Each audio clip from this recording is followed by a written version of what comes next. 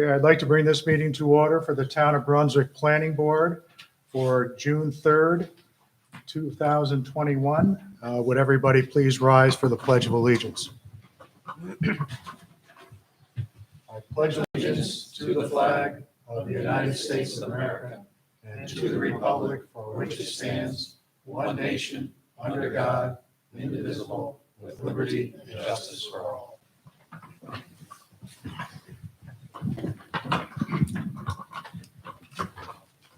Okay, our agenda this evening is as follows. Number one, Silas Major Subdivision. This item has been postponed by request of the applicant and will be rescheduled for a future meeting. Number two, Brunswick Road Development, Major Subdivision, Brunswick Acres Plan Development District. Once again, this one has been postponed and will be rescheduled for a date sometime in the future. Number three, Warrington Waiver of Subdivision. And number four, Harbor Freight Tools Site Plan. Our first item on our particular business agenda is the review and approval of the minutes of our planning board meeting on May 20th, 2021. Has everybody had an opportunity to read those? And are there any changes, amendments, additions to the minutes? Okay, I will entertain a motion to accept the minutes as they were submitted. I'll make a motion. Do I have a second? I'll second. Okay, is there any further discussion? All those in favor? Aye. Any opposed? Abstention. There's one abstention. Okay, so first on our agenda as we went through this is the Warrington Waiver of Subdivision. The applicant seeks a lot line adjustment to transfer 7,945 square feet of land from 684 Pinewoods Avenue to 687 Pinewoods Avenue. Gary Warrington is the applicant. Is there anybody here for that? Okay.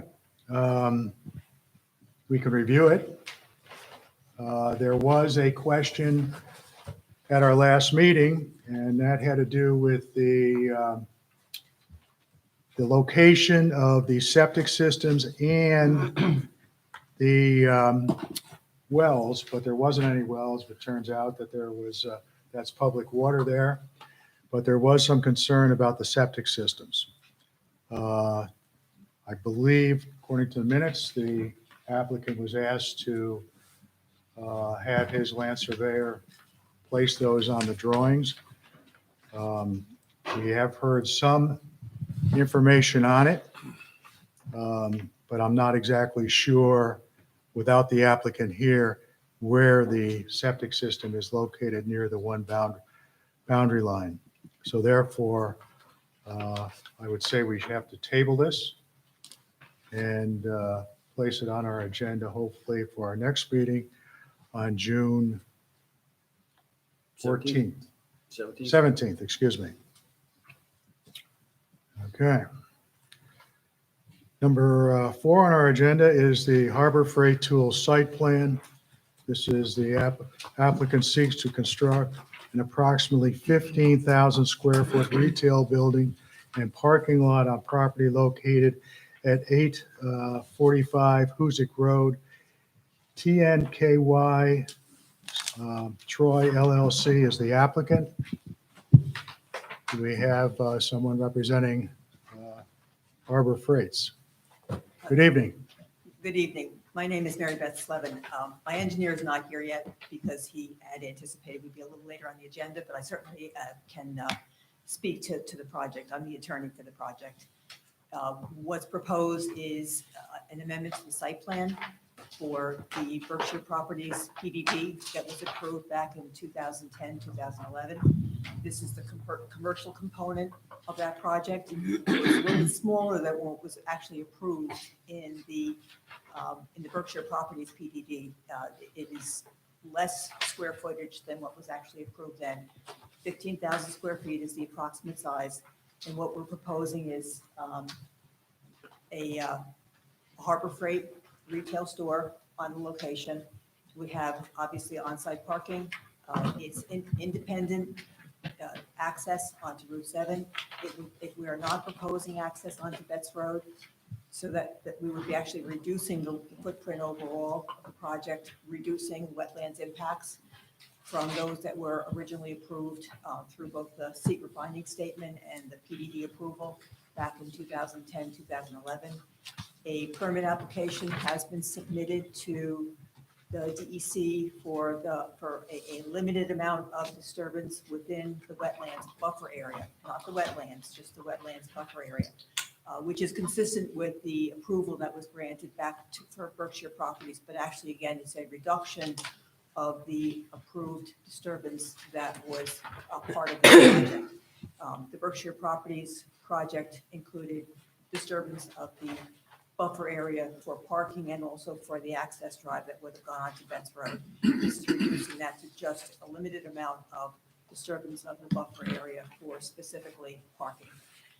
Stormwater will be managed on site in accordance with the DEC requirements, and I believe that a elevation has been submitted for the board's review and consideration. Again, that's an iteration that is, we're early in the process. What we're asking the board to do this evening is to declare its intent to act as lead agency and to commence coordinated review for the project. Okay, thank you. Just to review a couple things on this project, I know, I believe there's been a submission of a lot line adjustment or a waiver on the properties. Is that correct? That's correct. Yeah. For two purposes. One is to actually carve out the existing driveway for the BMW property next door to allow that to be an independent driveway just for that purpose. And additionally, the project encompasses really two parcels. One's a 2-acre parcel, the other's a 5-acre parcel. So those parcels will be merged together to make one parcel of 7 acres as the project site. So we can coordinate this with the site plan approval, is that correct? Mhm. Okay. And there is no need for any waivers or anything from the ZBA, is that correct? That's correct. Okay. I know also that part of this shifting of the building was with the result of preliminary conversations that we had about putting the building back a little bit more in line with the adjacent buildings on either side.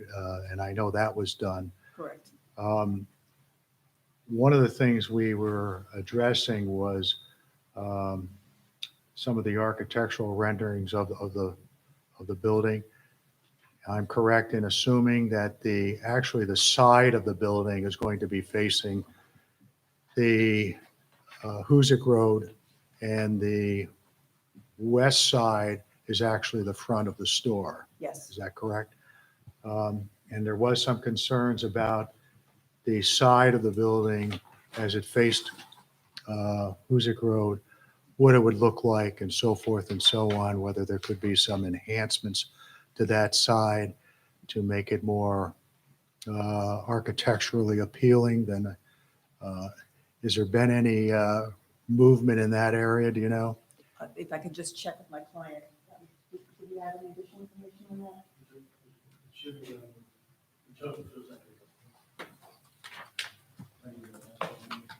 Sorry? Yeah, please. I'd like to review that with you. You Sure. probably have it on the new packet of information that I got.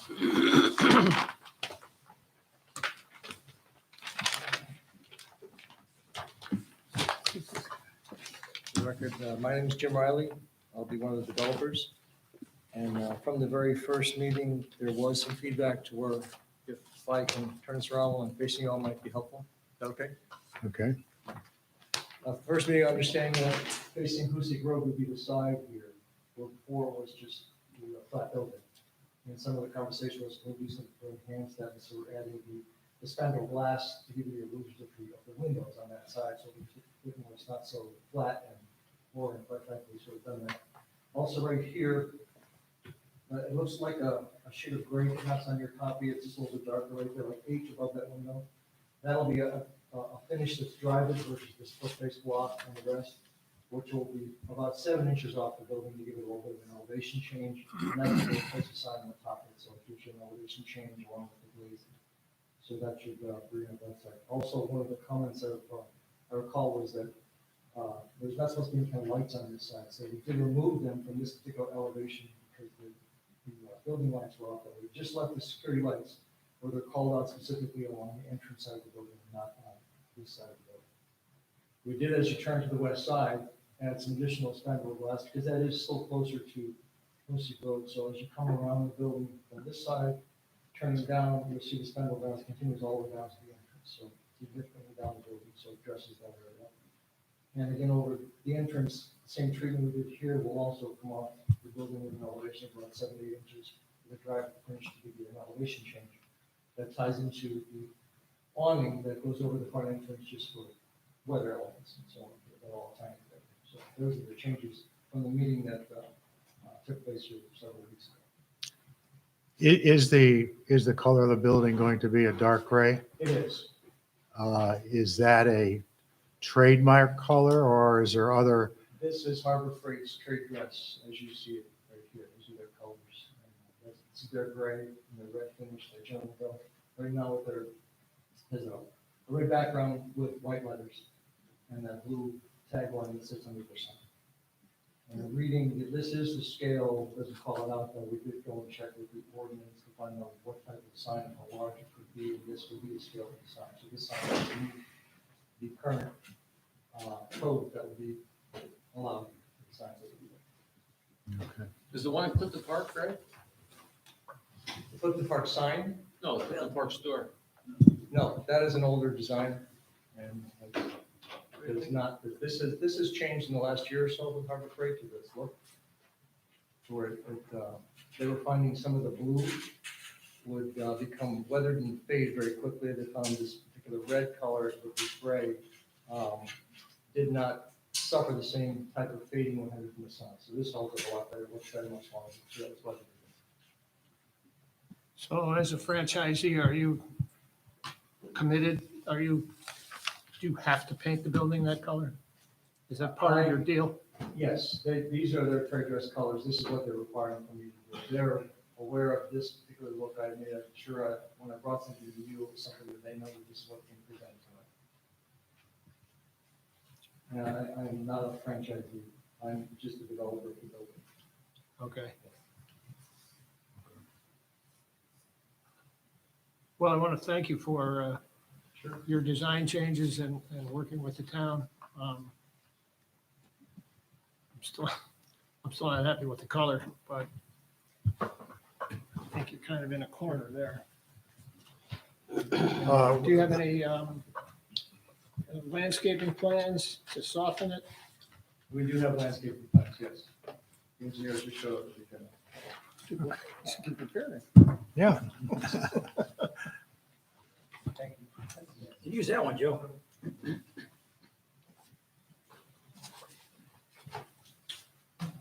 Good evening, everyone. Sorry, my tardiness. I thought I had a little bit more time being last on the agenda, but I guess that got moved up. So Unusual circumstances. glad I didn't take That's the okay. back roads to get here. Yeah. Joe Danable with the Environmental Design Partnership here on behalf of TNKY and their application for a 16,000, say 15,000 square foot building. Here tonight, we got 2, possibly 3 actions that ultimately we'll be looking for from this board. First and foremost is certainly the site plan review and ultimately an approval for the proposed site plan.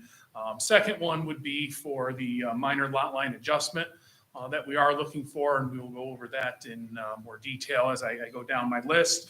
And the third item, and haven't necessarily got full clarification on it yet, is we are looking to consolidate 2 lots into one. Typically, that's an action that's completed by filing some paperwork in the county. My understanding is that this board may be required to act upon a consolidation of those lots. So that is a possible third action that we will ultimately be talking about and looking for if it is determined that needs to be done. We're here tonight. Ultimately, we're hoping that there's enough information here for the board that they can declare their self-lead agencies, make a determination that this is an unlisted action, and if deemed appropriate and needed, start the coordinated review process. We're also here to present the plans, the detailed plans, and obtain any comments that the board may ultimately have related to the site plans that we're proposing. So let's first talk about the site itself. The site is a 7.1 acre site comprised of 2 parcels. The parcel is zoned a PDD. It's part of the Berkshire Properties PDD that was approved many years ago. What we have presented here today has been in front of the town. It has gone to legal counsel, and a determination has been made that the project as presented does meet the intent and is consistent with the PDD. There was a negative declaration issued through the PDD as part of the seeker determination. I think this board would need to find that hopefully find that this project is consistent with the findings of the PDD or of the PDD in that seeker determination. Site's located on the north and northwest side of Route 7 or Hoosick Road. It's located between the Max BMW dealership and the Ace Hardware store. I think anybody in the town is certainly familiar with its location. The land itself is mostly open. Certainly the area that we're looking to develop closest to Route 7 is open field, maybe some small successional growth. To the rear of the site is forested, and a large portion of that is New York State DEC wetlands. The project we're looking at, again, as I said, is a roughly 16,000 square foot building to be located on the east side of the site. Parking lot to the west, approximately 71 parking spaces are being provided. We have a single curb cut off of Hoosick Street. We've provided circulation for emergency vehicles as well as tractor trailer access to the site. Loading docks on the north end of the site, shielded to the best of its ability on the opposite side of the building from Route 7. Again, tucked up in the rear of the site here. Service area, trash enclosures located in that area as well. The site will have site lighting, pole-mounted lighting with dark sky compliant fixtures, again, downward directional. Height of the poles, Joe? What's that? Height of the light poles. Height of the light poles, I believe we have them at 20 or 22 feet. I can confirm that when I open up the plans and take a look at them. 15 max in the town. 15 max, okay.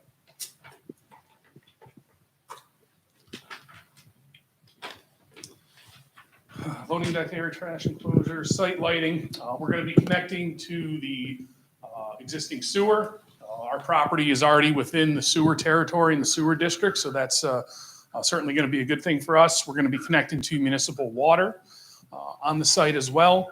Stormwater management will be managed in a series of retention ponds, both on the most northern end of the site and the western end of the site adjacent to the Ace Hardware store.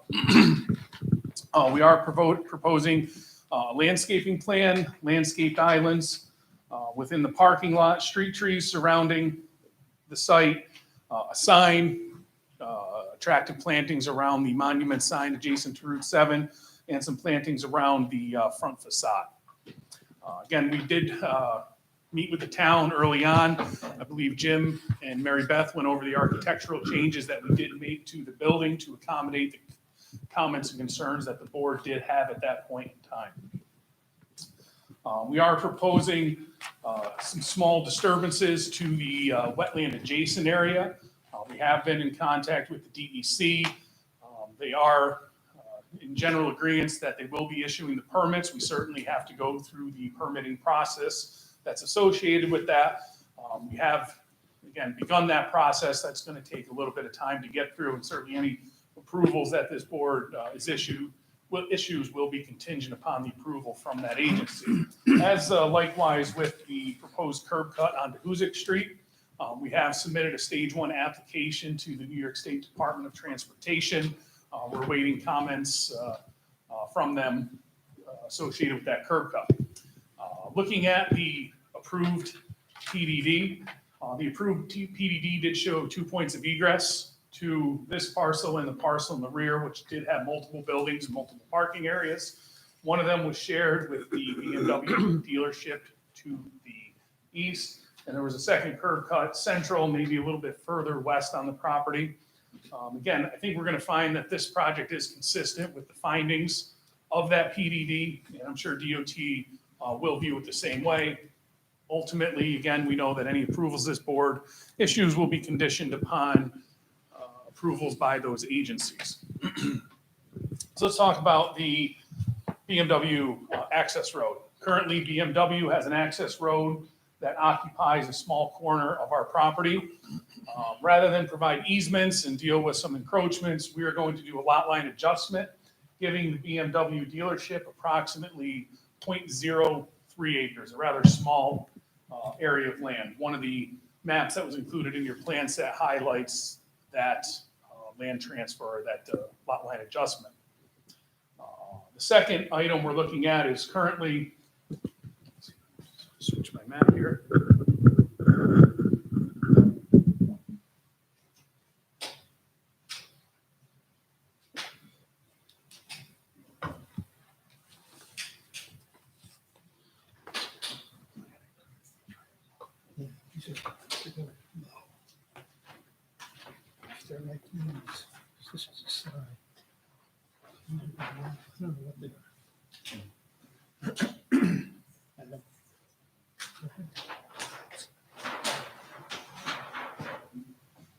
Here's an overall view of the property. This is the entire 7.1 acres showing the development area.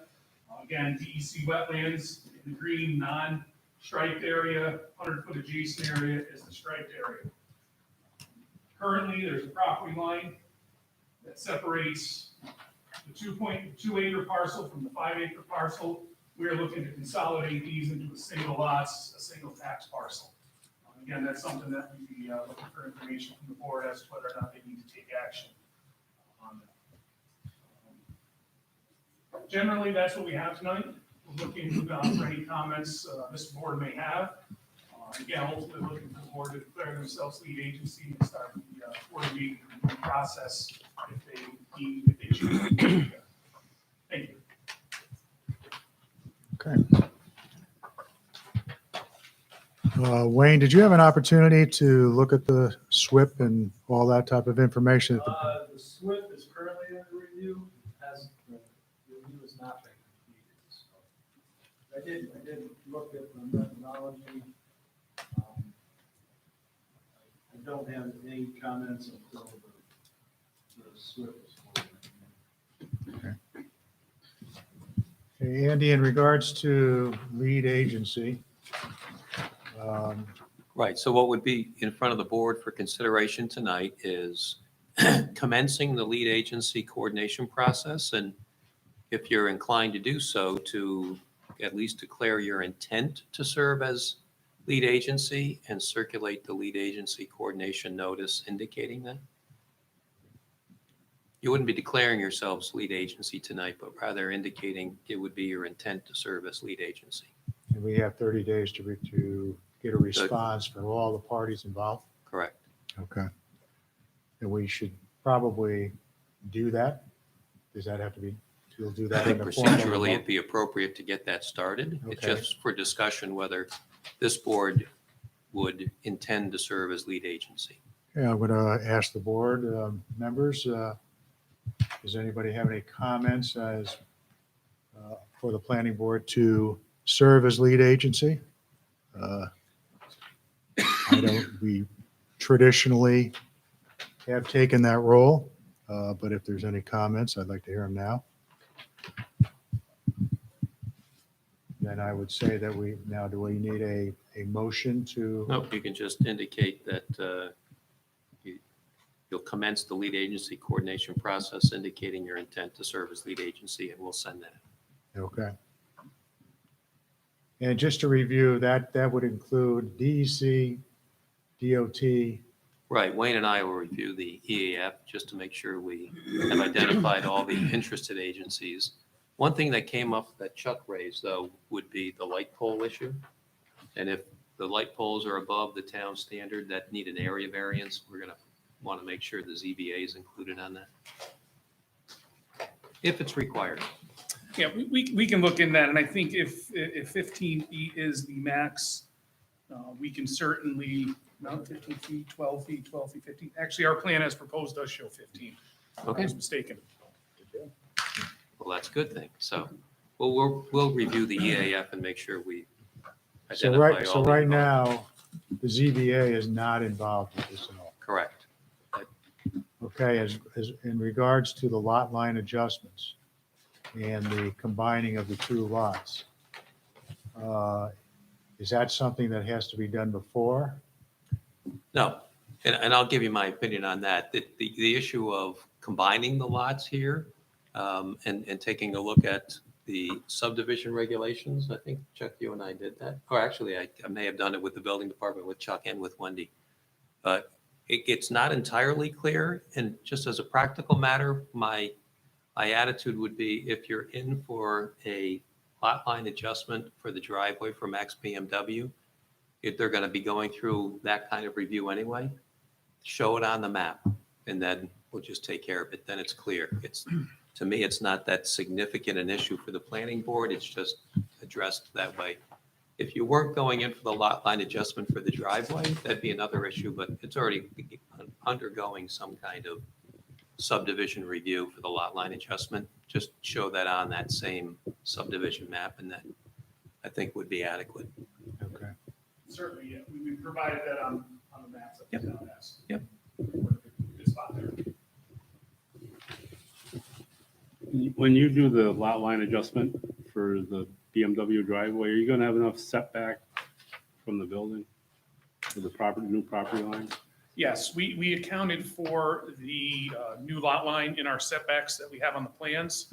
What we are showing is that this is currently the lot line here.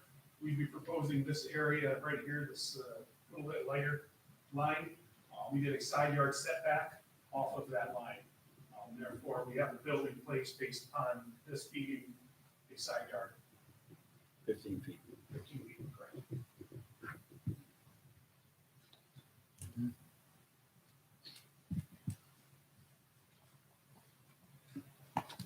In the EAF form, you may want to take another look at your water and sanitary numbers.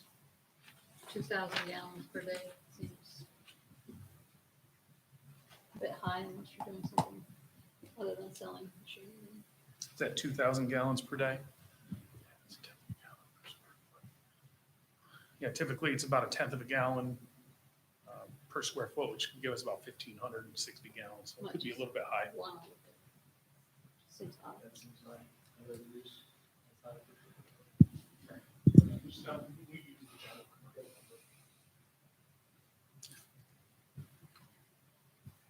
Now, we have to, before we even entertain the idea of going to a public hearing on this, we need to establish lead agency, obviously, right? It's advisable to, but really that would, you should certainly allow Wayne to complete his review of the application documents for completeness. Would you be able to, well, our next meeting is 2 weeks. We won't probably, there's a good possibility we won't get any response back by some of the agencies within 2 weeks. We may. Will correct. I would say let's, your review can be complete. My review can be complete within that. Okay, I'll have comments to the applicant. Yeah, in probably 2 or 3 weeks. okay. I'm just trying to figure out a tentative timeline here as far as a public hearing.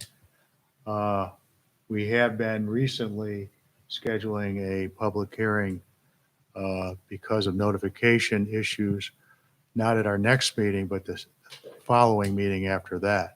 In other words, if we determine that everything is complete, it may be another 4 weeks or 5 weeks, depending on how the meetings are, until we establish a public hearing date. And that's based on the fact that we have to notify the public and properly post it 10 days before the public hearing. We have been running into problems at times with the 10 days.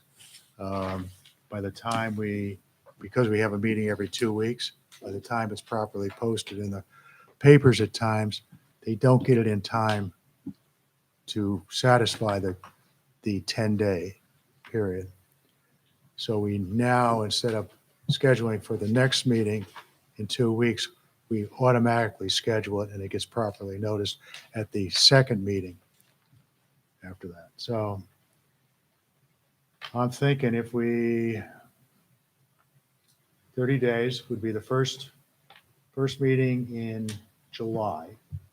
That would be July 1st, first Thursday of the month. Yeah, Yeah, and so the full 30-day period would not have elapsed by your first meeting in July. well, let's assume it does, when everything is, in order and the responses are received. Mhm. Then the soonest we could have a public hearing at that point, assuming also that you would have your review complete by July 1st, we would be able to schedule then the public hearing for August. First meeting in August. I know we're pushing into the year, the building season and so forth and so on.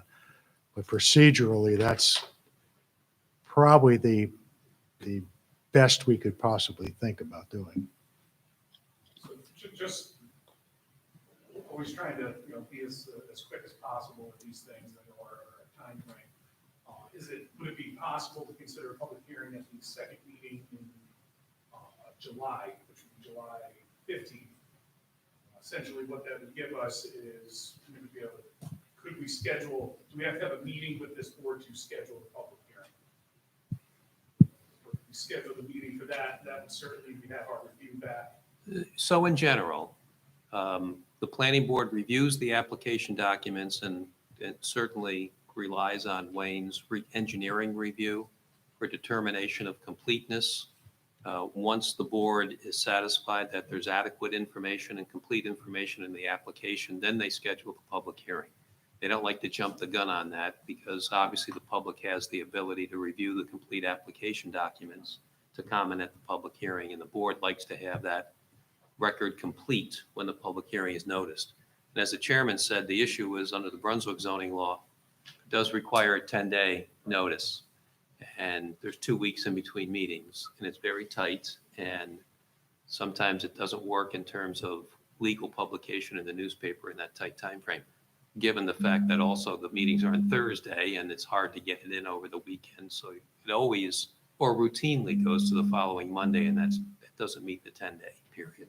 So that's been the procedure of the board, is to make sure the application documents are complete, schedule a public hearing, and then it's usually not for the next, but the second meeting after that, just to meet procedural timeframes. That's not to suggest that they couldn't get started on the completeness review if Wayne has something done 2 weeks from tonight. Andy, can we add the fire department with that list of review as well? I don't believe this has been sent to the fire department for review. We did not send it to the fire department. We can certainly provide that to them, to the appropriate fire district. Usually give me a copy and I send it to them. We'd like their comments as well. Yeah, see one big is gonna be access around the backside of the building, Exactly. but access is available on the BMW side. That's one of the complaints they'll have. We can coordinate with Mr. Gilchrist to make sure that we any agencies that need to be notified. If possible, would be helpful to the board to just plan on appearing before the board again at the July 1st meeting to make sure that we have presented the information that we need, that we're able to respond to Mr. Bonesteel's comments, and then hopefully plan on a public hearing at the beginning of August. I think that's a reasonable. Right, I do think that's realistic for the public hearing for the first meeting in August. Probably aggressive for a public hearing the middle of July, given that schedule, but I think it'd be reasonable with everything progressing to anticipate that. If you're here at the July 1 meeting and the board determines Wayne's comments have been addressed at least sufficiently for completeness for the public hearing, you could certainly schedule it, get it noticed timely, and then your public hearing would be the first meeting in August. Yep. When do you send it to the county? When the public hearing is noticed. Yeah, that Because the That would, plans are finalized. in all likelihood, be done at July 1 as well. Because that's 30 days too. Just to give you a little history on this, prior to 2017, we could notice a public hearing in 7 days. 5 days, was it? 5 days, excuse me. And then when they changed the zoning laws, they went to 10. And because we meet, every 2 weeks, basically, we found initially, we did post, went according to what we were doing before. And 2 or 3 times, we found out that it wasn't It properly wasn't noticed, timely. and we had to cancel the public hearing. So now that's why we do it at the second meeting after the announcement. So that's just the background on it. It's the way it is. Understood. Okay. So, but I think, what you described is a reasonable timeline for us. I think we can do that. Hopefully we'll get all the lead agency notifications back within the 30 days. And that usually comes along fairly Right, quickly. and worst case is that we haven't heard back from everyone and the 30 days haven't elapsed, but that would not prohibit you from moving forward with scheduling the public hearing for the first meeting in August. Okay. Not an issue. All right. Can I ask one question about the landscaping? The front of the building, the landscaping appears to be concealing or hiding the entryway door in the front left corner rather than complementing the front of the building. Is there other landscaping other than shielding that front entryway door that you're proposing? That is currently what we're proposing on the plans. If we need to have a little bit more in that area, I'm sure we can work with the owners and come up with something a little more, add some more planning to maybe balance it out on each corner of the building. An imbalance with the left and the right side of the building. Well, he had mentioned that, he had landscaping that complemented the front of the building. To me, it looks like you're more shielding the doorway than you are complementing the front of the building. From the looks of the plans. When you're talking the front of the building, you're talking about the side facing. The Hoosick Street face has the front entrance, the front of the building facing Hoosick Street. I shouldn't say front, I guess it would be the side. I just want to make sure what side of the building you're talking about. So Yeah, that- it would be the Hoosick Street face. And give it more of a foundation planning along that front. Yeah, I too am not fond of the color gray, to be quite honest with you. So anything you can do to complement that, give us more earth tone look, I think would help the look of it. I think the gray looks very commercial myself, but if that's unavoidable or unchangeable, I guess. I'll have to live with it. As long as we're on the subject of landscaping, it appears that there's 2 mature trees that are being saved along the Hoosick corridor. Is that true, or they don't appear on the landscape plan, but they appear on the black and white plan? 20-inch maple and something else. I think they're just representing it on the existing conditions plans as they are there now. I don't think there's any ability to save them with the grading and earthwork that we are going to be doing there. It does appear that the grading is potentially outside that line, but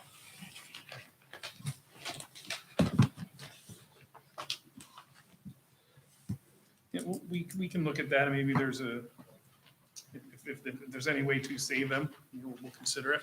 Or if they're valuable, I don't know what they're. It's hard with trees of that size when you're trenching and digging within the drift line. They tend to live for a few years and then you're cutting them down anyway. And the other was connection to the Route 7 You like tree Street space. sidewalk. Right, that existing tree that's basically on the property line, Yes, right away. and then the sidewalk doesn't appear to connect to the Hoosick Street sidewalk.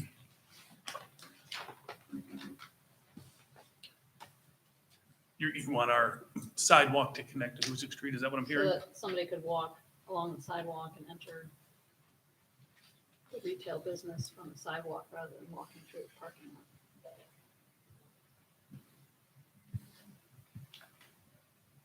Okay,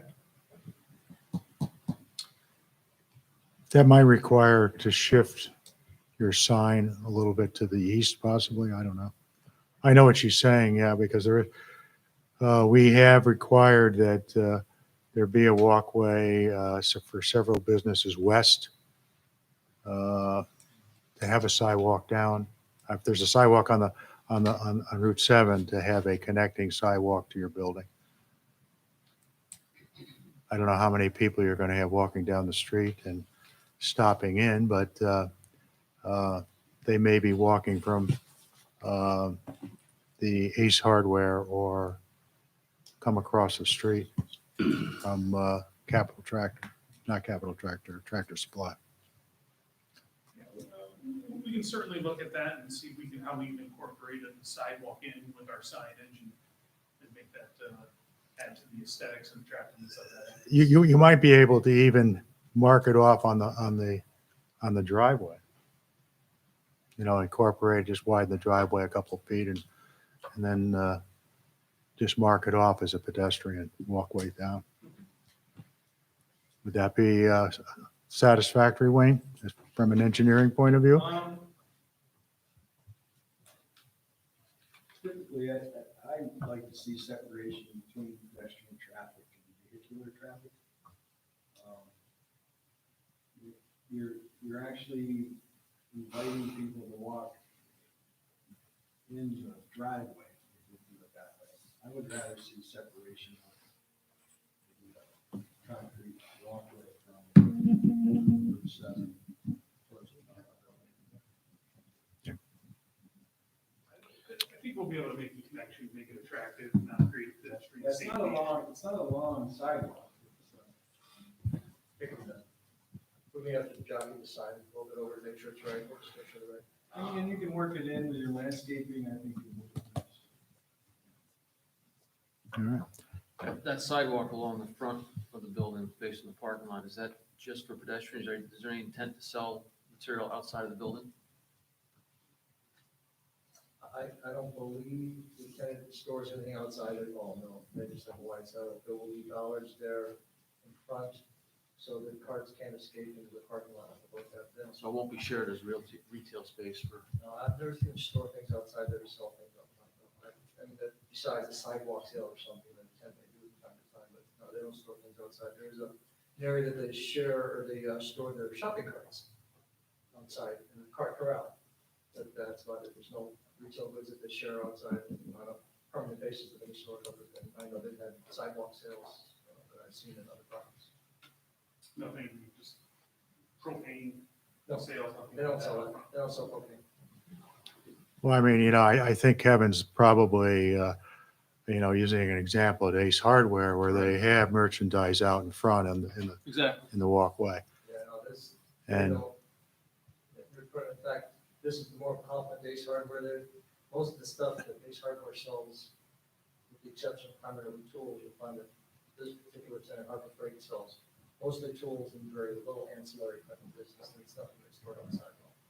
Okay. Do you have any plans to put any landscaping along the back of the building to soften it? I know we have drain pipe running through there. There's a header pipe collecting all the downspouts running along that side of the building. We don't have any plans. It's shielded somewhat by the trees within the BMW. parking lot. If anything, we work with the landscaping in front and screen along that side of the building, but I don't think from a driver's perspective or somebody walking down Route 7, you'll actually see that side of the building. And I can't picture that in my mind right now, but Well, I think before we get into that, we might have to have, the fire company review this. They might want to have some access in the back somehow that may affect whether you have, large landscaping and so forth there. So I would, I understand what Mr. Henderson saying. However, I would have to say, let's hold off on really pushing that issue until the fire company has a chance to review, access from that side of the road. You say that they're going to possibly go from the BMW area, but I think that should be determined before we get into some of those type of details. Yes, certainly we'll review it with the fire department. The way we designed it, the building access to the building does meet all requirements of the New York State International Fire Code as presented. So anything that the fire department asks for would be above and beyond what New York State International Fire Code does require. Okay. Sometimes they do ask. So, what is this service area you've got here back by the loading dock? What does service area mean? Your service area is, we're gonna have a loading dock for tractor trailers to park and load in this area, the gas dock. This area here is gonna be an at-grade overhead door. And then in here we have a trash enclosure refuse area. Service area is generally all. So you're not servicing anything there? The you're just- service area, just to be clear on that, I'm sorry to interrupt. The service area is just so that the consumer that buys something of a larger item, supposed to try and carry it out, they can then back their truck up to that roll down door. Okay. That's how it's loaded. I understand. And what's the width of your curb cut going to be? Do you have any idea at this point? The width on the curb cut is 30 feet currently. That's to accommodate the turning radii for municipal emergency equipment as well as tractor trailers. Certainly that curb cut's going to be ultimately dictated in width by New York State DOT. One of the things that I've run into trying to leave a business on Hoosick Street is that if I want to go right and the person in front of me is going left, they're blocking me. And they have to wait for 2 lanes of traffic to clear. And I can just go out if there's no traffic in that one lane. So I guess what I'm asking is, will your curb cut be wide enough to prevent situations like that? Because it's really, you can be backed up 3, 4, 5 cars. Situation like that. So that's something we can review with DOT, find out what their specifications are for this use and this highway setting. Certainly there's a median in the middle on this section of the road. And ultimately DOT is going to be looking at it. Well, and we're a much lower traffic, volume traffic user than some of the other properties on. what's the speed limit out there? Is it 45? 45. 45? But I think it very shortly goes down to 40, like in front of the Carbones. I'm sure everybody's at 40. Well, I've seen, law enforcement there, sitting there. So I think they do pretty much go by that speed. Any other questions at this point? I have one Okay. on the EAF. On page 13, at the top. It's about the National State Register of Historic Places. You check that as yes. And then you listed this site as being the historic building or district. Can you kind of explain to me what's going on there? So when completing the EAF auto-populates on state database. It's the populated historic building or district. I think what. Yeah, it says previous SHPO determination of no effect. Maybe if you provide that information, that EAF, Yeah. so I could review that. Certainly, I think it's within the existing PDD legislation and the finding statement. It is, but we can provide that information. There's no buildings or no historic district. We have copies of the, I tend to think that should be no. You could review that and give us that information. we do have copies of the SHPO note pack letter from back in 2010, so make sure you have that too.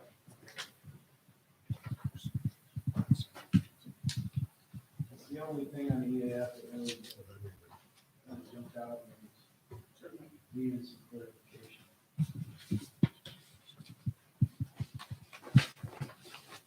Okay, any other questions?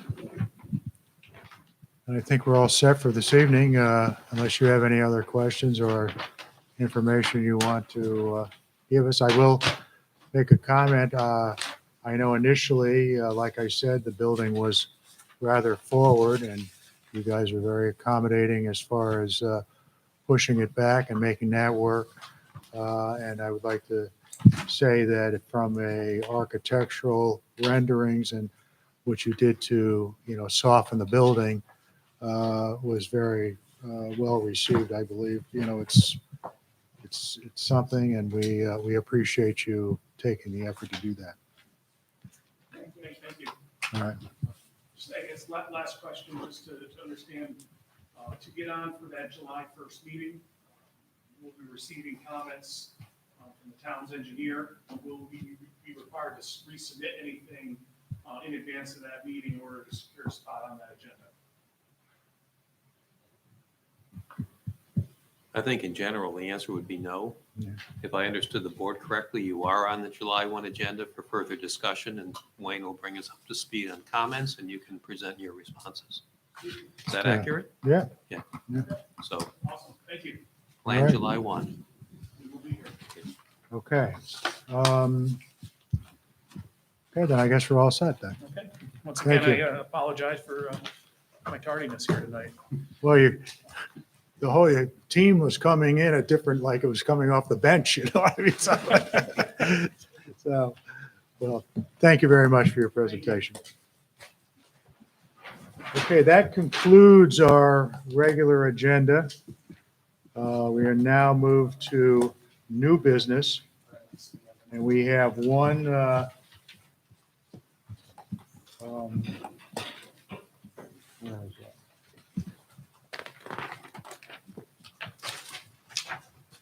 We have been given tonight a application for a waiver of subdivision. Would you like to run us through this, Chuck, just real quickly on what we're looking at here? Because there was a problem with where this was as far as Livingston Street and Route 1. No parcel was versus as to what is being put on. The addition is the 0.24 acres, so it is the triangle piece, which was a portion of the previous proposed power right-of-way. Up here, this corner right here.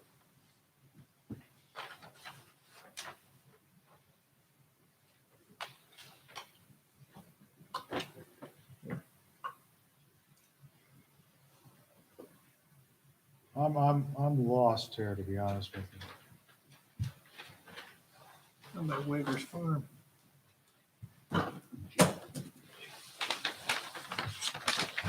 This corner right here. You're talking about this little triangle right here. Yeah. This garage is approach. some of the Yeah. parcel that they're adding. I But assume. if I'm reading that correctly, that's in the city of Troy.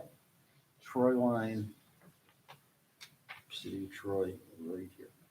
Oh, okay, I'm looking at them right here, okay. Hmm. Thank you. All right. So that's all I want to do?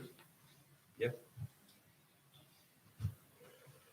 Okay, just as a clarification, at the Troy line, New York State Route 142, otherwise known in the town of Brunswick as Grange Road, actually becomes Livingston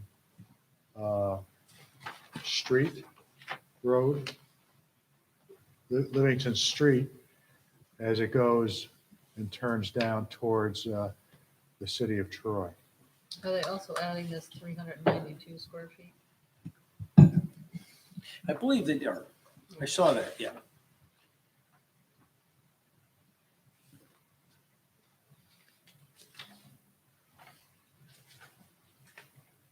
Where is that? This- Right, it's a Tiny. labeled L4, L5. Well, that tiny little, Yeah. Still in the Okay. town of Brunswick. but- okay. Everybody follow that? There's one triangle, it's a large one, and listed as 0.24 acres. And then there's a tiny one as you go north of, I think it's listed as 392 square feet.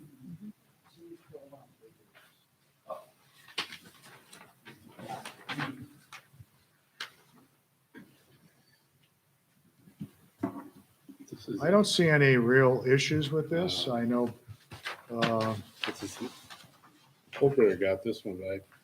I think we Smells can what's his name? Danskin? schedule this for our next meeting and put it on our agenda. Is that correct? Is there any questions on that that have to be maybe relayed to the applicant through, or to Brian Holbritter through Chuck?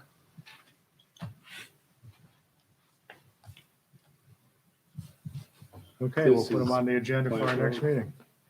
Yes. I, Down here one second. So that garage is on Calhoun's property right now. There's Pete's garage. Further that way. Okay, that is it for new business. Is there any old business? I'll just review the agenda items right now. Old business, we have, just so you know, the Lord Avenue Property LLC, which is the joint public hearing scheduled for the 17th. We also had on that agenda from the previous meeting, the Atlas Renewables LLC site plan and special use permit. And there had to be some, Right, so I'll update the board. There is the part of the project seeking the zone change. And that's still being addressed at the town board level. So that part of the project with the solar panels in the residential zone closer to North Lake.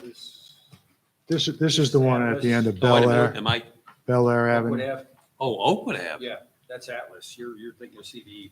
I guess I am. Okay, let's switch gears. Atlas Renewables, Oakwood Avenue. I talked to Wayne about that today. Did you receive anything today?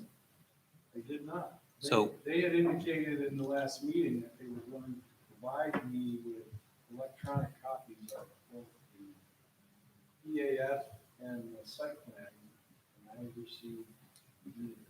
Yeah.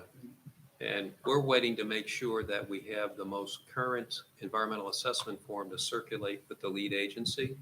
We drafted the lead agency designation notice, but we're holding to make sure that we include the site plan and the current, most current EAF, and we haven't received that yet. Okay. I do have the EAF that Melissa had handed to me at the meeting Mm-hmm. in hard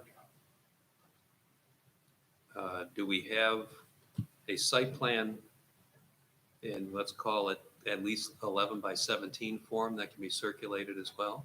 No. That, we need to be able to circulate those documents with the lead agency coordination Find out notice. where the documents Yeah. are. So we haven't started lead agency coordination technically yet. It's drafted, it's just waiting for the enclosures to circulate. Is there anything to discuss on the project on a technical review basis at this point? No, I still think that the plans are incomplete. Because they're waiting to see what the results of the project work plan include, before they finish grading and some other things. But they still want me to review it, although they're not giving me all the information. Okay. So is it premature to put on a planning board agenda yet? I would conclude yes, but I'll defer in part to Wayne. I'll reach out to the applicant's engineer and see what the status of those plans are. The same with that one at the end of Bel Air. I mean, if they don't change zoning, Yeah, that's a fairly significant project they're amendment, so, pretty much dead in the water, right? and that's still being addressed at the town board level. So It's a they third, won't be back. 1/3 of the field, so. They I would won't say be they would back lose here to viability. see us, right? They will not be back. I think it's going to be next addressed at the town board at their July meeting, not June Yeah, meeting. that's, Melissa emailed, you know, yeah, she emailed me and that was the meeting, next town meeting, board meeting. July, yeah. So it'll be a little bit before the CVE, the Bel Air Lane project is back in front of this board. July 8th. Yeah. I went down there today, but I wasn't sure where. You come in on Bel Air, you can go straight up this Up dirt the road caves. into the woods. Yeah. That's it, or otherwise you take a left and you go up towards that horse farm. You go in straight right where Cade's house used to be. It's a sheep farm now. See the sheep up there? Just head straight up and it's gonna go right through there. There's a slight jog in the access road right up through. So it's through where those new buildings are up there, top of that hill. I didn't see any new buildings. I was in a sheep field. I didn't see any sheep, so. I went in and I drove, and you take a left and you go up, and there's, You don't take the left. all I could see was going straight into the woods. But I don't, Okay. I can do it again. I was thinking, I don't want to go on anybody's private property, and then every day I got 15 four-wheelers driving through my land without a care in the world, so I'm like, I guess you don't have to ask permission. All right. And then continuing with our agenda for our next meeting, we have the waiver of subdivision that we just reviewed for, how did we say this is the It's applicant? Calhoun, I think. That's what I've been using. It's easy to spell. The Calhoun and the Heidelin, Looks like Hildelund. Hildelin. Okay. So we have actually just two items, the public hearing and we have the waiver at this point. Is that correct? I would assume the folks will be back with the location of the septic system. That's what they were Oh, Warrington. trying to find. All right, we can put them on the agenda also. And what about Sillis and Brunswick Road? Do they go back on? Sillis, we talked about Sillis and Russ Reeves. I think when he finds out that there's going to be a joint public hearing at that meeting, he's probably going to refer to the following. That was the general consensus of opinion. I think it's probably a good idea for both those projects to adjourn without date and because I think certainly on the Brunswick Acres project, there's going to be some technical discussion. And Jeff, you told me today that Russ Reeves is looking to have some discussion with Bill Bradley on stormwater issues. So probably makes sense to have those technical discussions occur. And you can schedule and put it back on your agenda. Okay, finally, like under old business, I'd like to just bring up, just for a few minutes, a topic. I think it came to light a little bit with the Harbor Freight. In connection with the Harbor Freight, they were dealing with a previously approved PDD, which was Berkshire Properties. Properties. And under that, when we reviewed that back 15 years ago, or how long ago was it? 2012? In that neighborhood, it was either 10 or 12, so One of the 8 to conditions, 10 years ago. one of the conditions was that there would be, the planning board was afforded architectural review on the business section of that.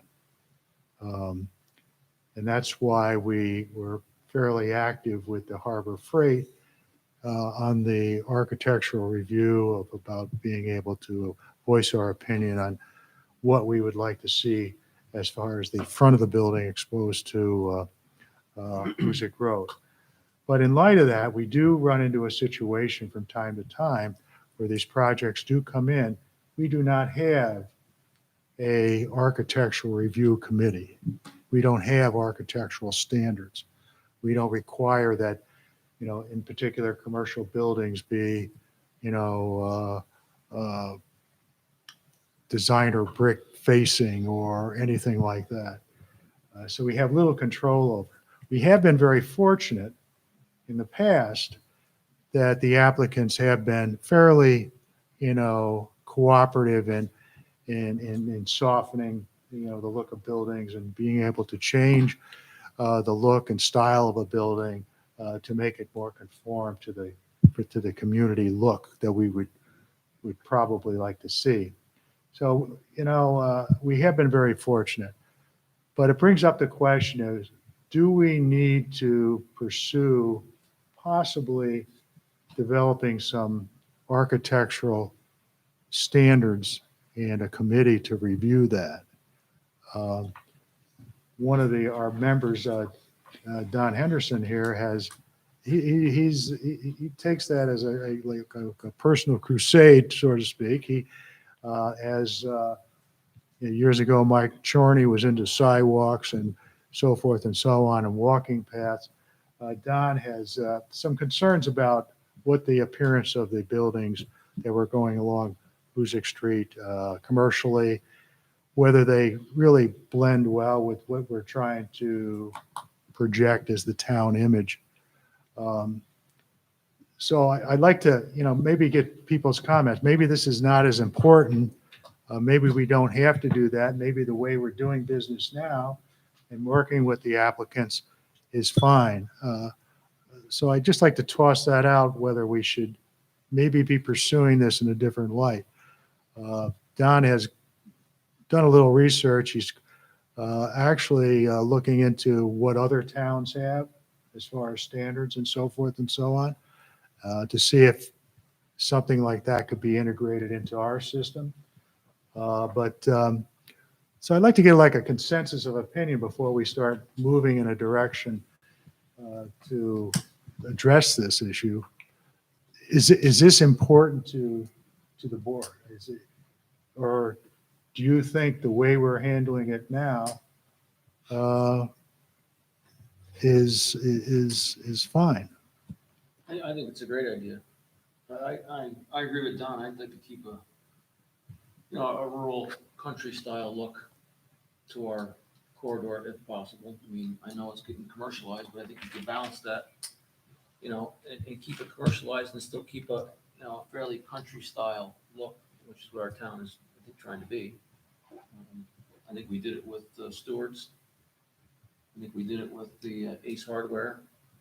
Some of the other businesses worked with us pretty well, but if we have more authority, I think, to force them in a direction, I think that would be a good thing, in my personal opinion. All right. Any other comments? There's certainly a place for that. I believe it will be a large undertaking because it's not easily a style guide or And then do you have districts, certain areas look different than others? Do you have Eagle Mills looks different than Hoosick Street, looks different than Cropsyville, you have different hamlets in the town. I'm happy to participate, but I think it's gonna be a bigger boulder than a stone. There's no doubt that it would be a big project. My primary concern is Hoosick Street. I want to get away from the flat roof boxes. I don't think, as Kevin says, they lend themselves to the rural place that we are. I mean, we're a farming community. We have been. We're not Wolf Road. We're not Route 9 in Latham. I think maybe we are Route 9 in Latham. I mean, Hoosick Street certainly one of the busiest thoroughfares in the state, I believe. Well, I think even the city of Troy has design guidelines for Route 7. I mean, you see what happened with the McDonald's there, their drive-through, that facade that sits out on the street is not a McDonald's design. That was prescribed by the planning board or whoever reviewed it. And the fact that all the way up Hoosick Street is 2 stories Right. required. They all had to have. The upper same- story does absolutely nothing. Right. That is an expense that's put on the builder to satisfy the municipality. The right age. When you have a store that sells freight, they are going to be a big box store. That's their name, a big box store. To beautify a big box store in a country manner, how would you do that? Well, it's the same way that they did like with the Rite Aid on Hoosick Street. Well, They maybe if put they on just, Fenestrations and different roof peaks and things. if they could present a different roof profile and maybe not paint. That's one thing we have going, is kind of that peaked roof that Mr. Volan did on top of his building. And others have gone up 7. That is kind of a style or brand, if you want to call it that, as you come up 7 and see that. Let me ask a question here. I don't know who's going to answer it, but can we, I mean, if you have architectural review, does it pertain to everything? Can it be specific to commercial buildings? Can it be specific to a certain part of the town, like Route 7? Can you do that? I mean, is that done? You can do that. I've recently had a few projects in North Greenbush, and they do have standards for their main streets through Wine and Skill, and they have Route 4 standards. They're particular to those corridors. They're fairly specific, but they're not generally applicable throughout the whole town. They're just along those corridors. And they're basically, you're right, commercial corridors. They're trying to address commercial buildings along those corridors and what is otherwise, well, maybe not so much recently, but a rural community. So you can identify it. I concur with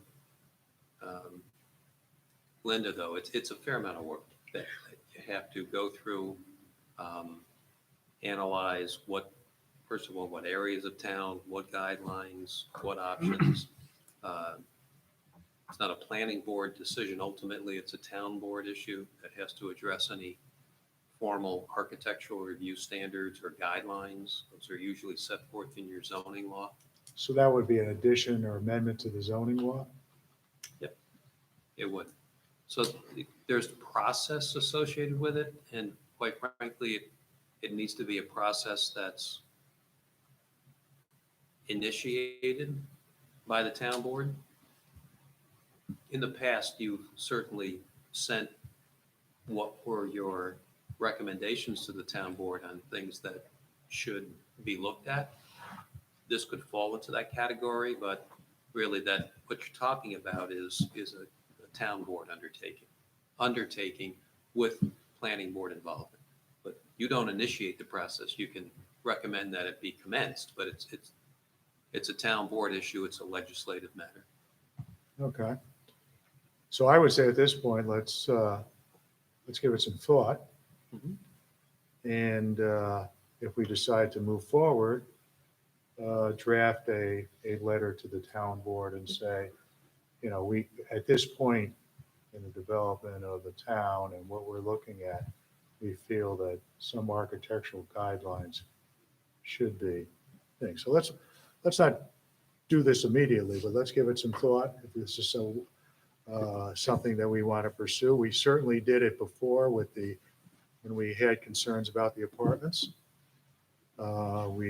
Twice, I believe, we sent out a letter, and basically when there was recommendations for PDDs and so forth and so on, we made a comment there.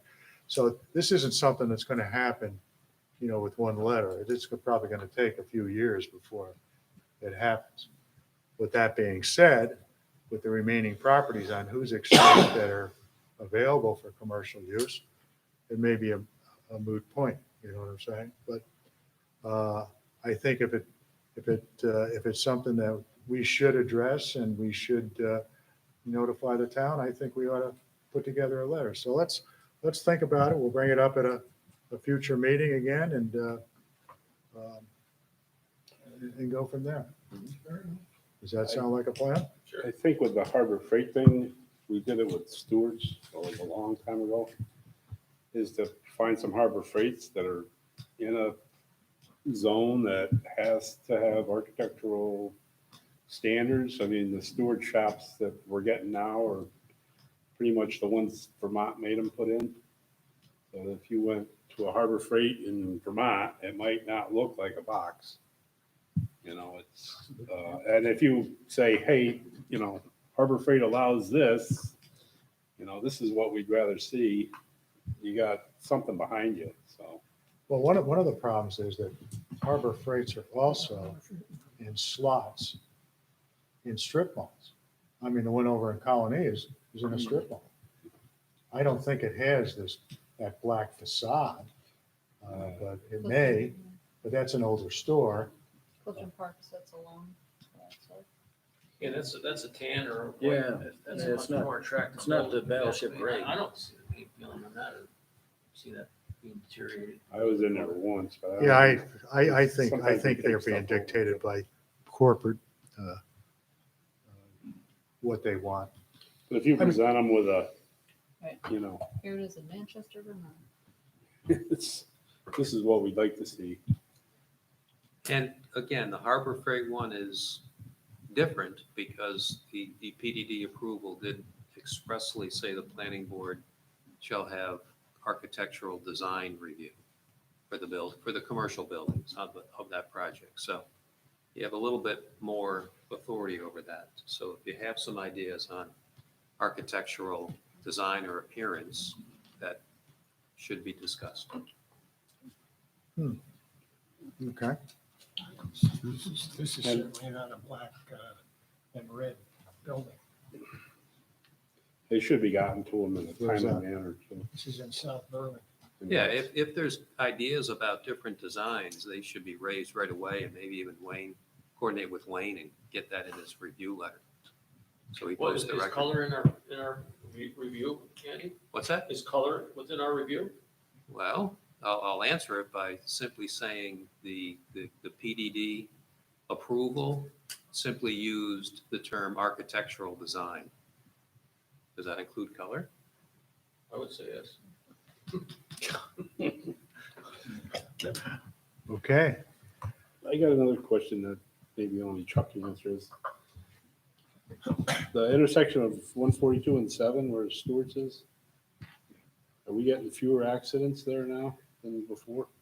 I am not aware of any accidents happening there. That's a good question. I'll ask our local fire department, they'll know. Just doesn't seem like there's accidents there like there used to be. But, I mean, there's cars moving every direction, but they all seem to get along. A little better than it was when Stewart's is on the other side of the intersection where you had a lot of cars moving in a a lot of directions in a very tight location. DOT upgraded that traffic signal too, and put the flashing yellow arrow and kind of changed the timing and stuff, so I think that has a lot to do with the movement of traffic. One thing I do notice in the afternoon is the traffic does queue up, what would be westbound. And all it takes is one tractor trailer, tough time getting off the line, and the light will go through one cycle. And then that all it takes is one, and after that, it's backing up. Well, on the weekends, they're down to the Harley shop, so. No, really. Oh, yeah. Yeah, Yeah. not that much truck traffic on the weekend, so. Yeah.